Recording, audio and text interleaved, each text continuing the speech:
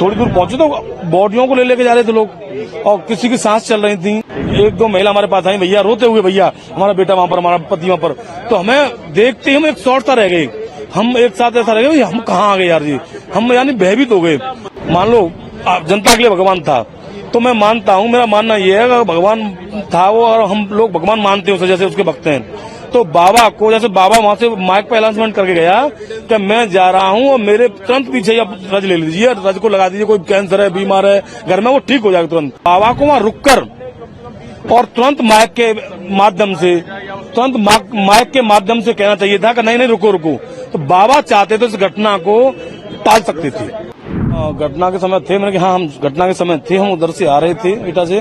तो हमें जैसे वहां पर गाड़ी रोकी, हमने देखा पर भगदड़ हो रही थी, चीख पुकार, जैसे एक युद्ध होता है ना उस तरह से हो रही थी चीख पुकार। हमने मैं और मेरा भाई था साथ में, मुकेश पहलवान, हमने गाड़ी रोक कर और हमने साइड में लगाई। हम जैसे गए, जैसे थोड़ी दूर पहुंचे तो बॉडियों को ले लेके जा रहे थे लोग और किसी की सांस चल रही थी, कुछ ऐसी बात नहीं, सारी बॉडी थी, सांस चल रही थी, सांस थी। तो अपने जिनके उनके पास जो अपनी प्राइवेट वैन, गाड़ी, बोलेरो जो भी थी उनमें रख रहे थे। एक दो महिला हमारे पास आई, भैया रोते हुए, भैया हमारा बेटा वहां पर, हमारा पति वहां पर।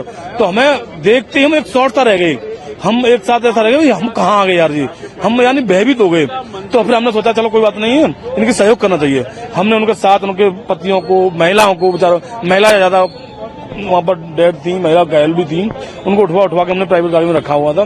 प्रशासन भी लगा हुआ था वहां पर, पुलिस के लोग भी लगे हुए थे। एक सिकंदर राव के वो हैं कि वहां पर एसडीएम थे, वो भी अपनी हाथ में उठा के बॉडी में वो भी लगे हुए थे।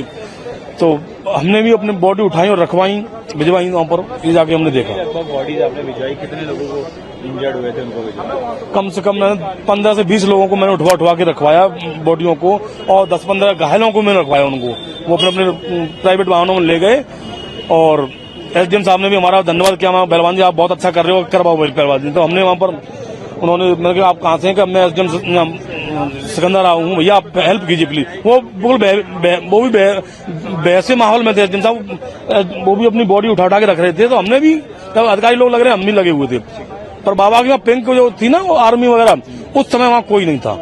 सबसे ज्यादा मैं चाहूंगा, इसमें गलती है जैसे भी है, प्रशासन अपनी तरह लगा हुआ है और अधिकारी लगे हुए हैं, परंतु जो बाबा भगवान था, मान लो जनता के लिए भगवान था, तो मैं मानता हूँ, मेरा मानना यह है कि भगवान था वो और हम लोग भगवान मानते हैं उसे, जैसे उसके भक्त हैं। तो बाबा को, जैसे बाबा वहां से माइक पे अनाउंसमेंट करके गया कि मैं जा रहा हूँ और मेरे तुरंत पीछे ही आप रज ले लीजिए, रज को लगा दीजिए, कोई कैंसर है, बीमार है घर में, वो ठीक हो जाएगा तुरंत, नौकरी लग जाएगी।